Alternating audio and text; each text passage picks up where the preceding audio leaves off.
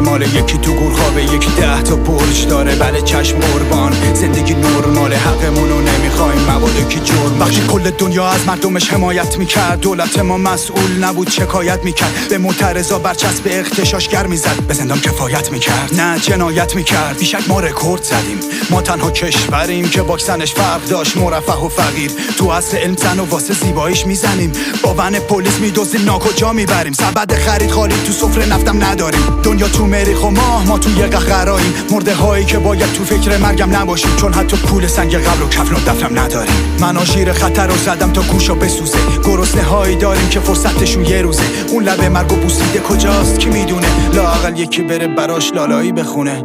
بله بله قربان، زندگی نرماله، یه سال کار کرد، یه شب شام کفاره. بله چشم قربان، زندگی نرماله، به جز اینم نمیگیم، مبادا کی جرم باشه. بله بله قربان، زندگی نرماله، یکی تو گورخوابه، یکی 10 تا برج داره. بله چشم قربان، زندگی نرماله، حقمونو نمیخوایم، مبادا کی جرم باشه. میترسیم از سال بعد از اجاره خونه، از مدرسه هایی که وسط بیابونه، پرنده پر نمیزنه تا بیاب و دونه. این زندگی نرمال یا بیمارمونه، جنس بیکیفیت اینجا مثل طلا میمونه. کارگر 2 شیفت میدوه، پراید فرار میکنه، توی این چرخه فاسد تلاش میخوره.